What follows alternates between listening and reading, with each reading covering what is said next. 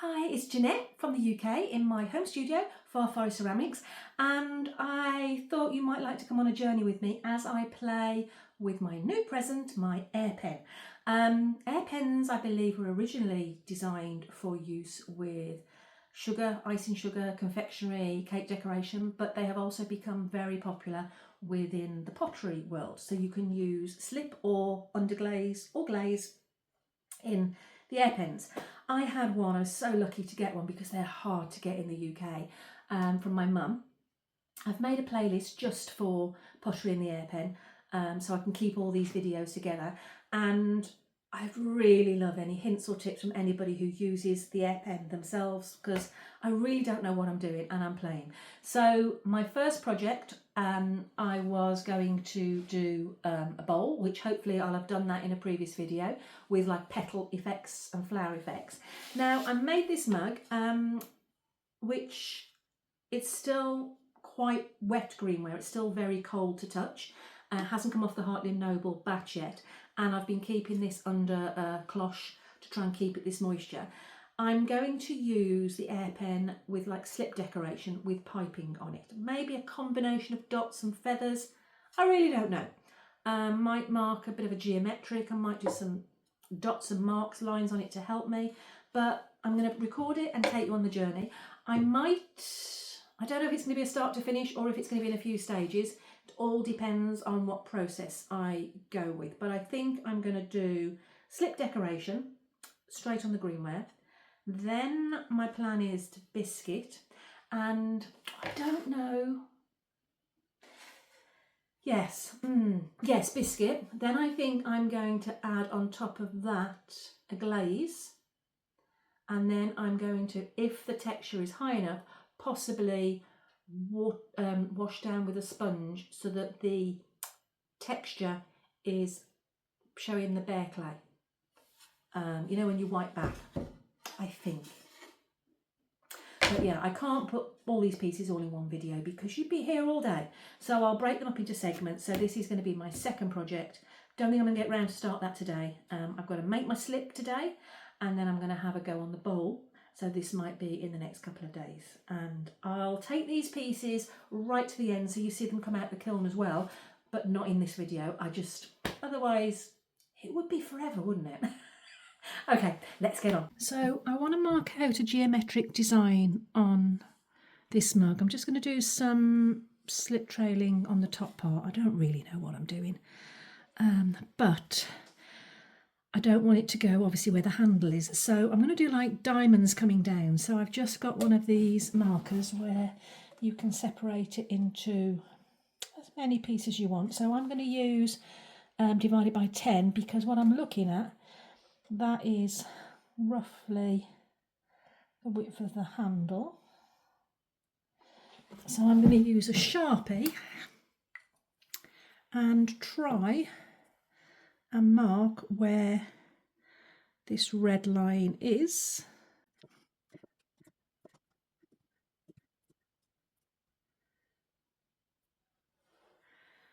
So that is 10 equal sections. Okay. I'm going to do something that's coming down from here. So I think I want it to go down to approximately, where do I want it to go down to? Possibly down to here. I'm just going to pop this on the wheel in my Heartland Noble bat and just draw a line level with that. I'll be back in a second. Okay, it's a bit easier. Actually put a groove in it, which is maybe not ideal, but I can smooth that out later. And now I want to mark the middle point, which if I go just fractionally below the line, that gives me somewhere to aim for. This should all burn off. Right. What a mess. So, let's see. I've got my green tip on. I've got half a tube here. So let's turn it on and see how we go.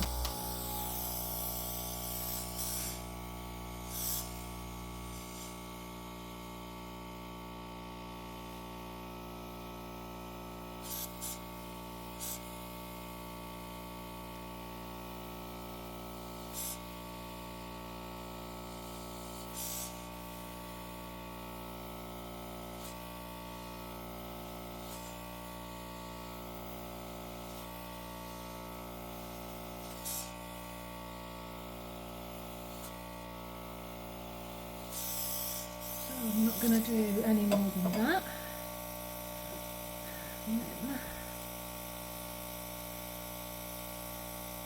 My hand's in the way here, isn't it?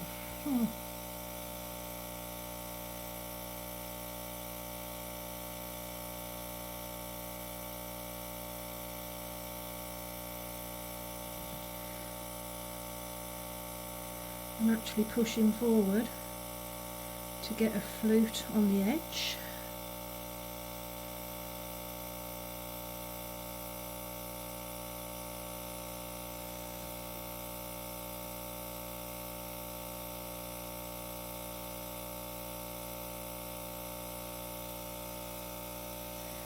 Try the other side.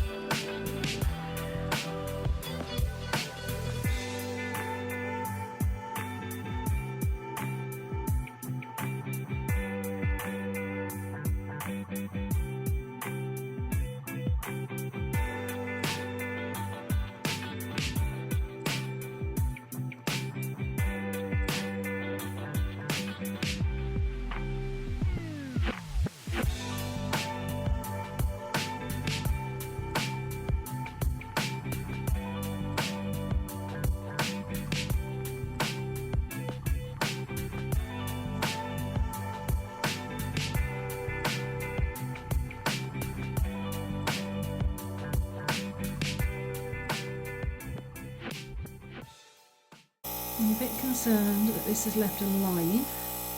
Not the I know the Sharpie's going to burn off, but an indentation of a line. So while it's softer greenware clay, I'm trying to just blend that as much as I can.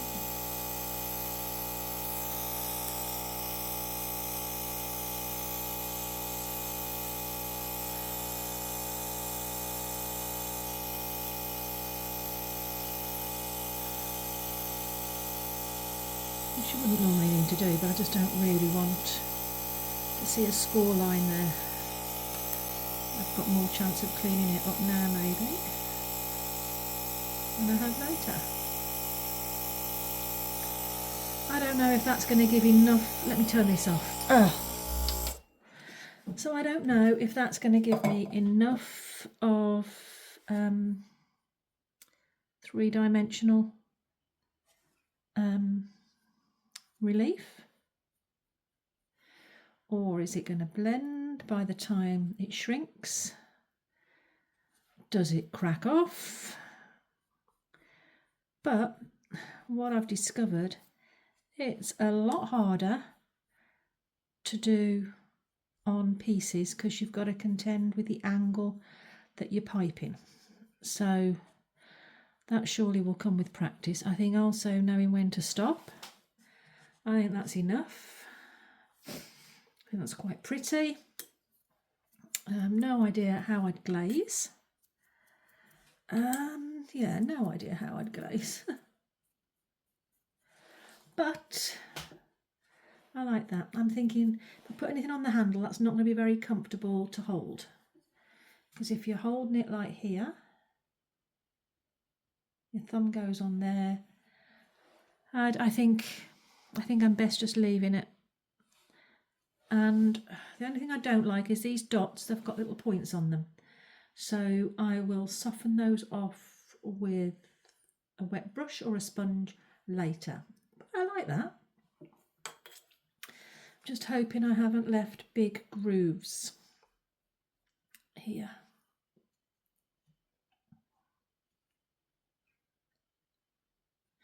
Time will tell. Time will tell. So I'm now going to put this under plastic so that the slip can hopefully equal out to the consistency, the moisture content of the piece. The handle is slowly drying anyway. And I'll have a look and see what happens when I see it tomorrow. I can do some more refining then, but I think for the moment I'm going to leave it at that. I'm going to clean up my airpen using the plunger that I filled it with. Let's see how this goes.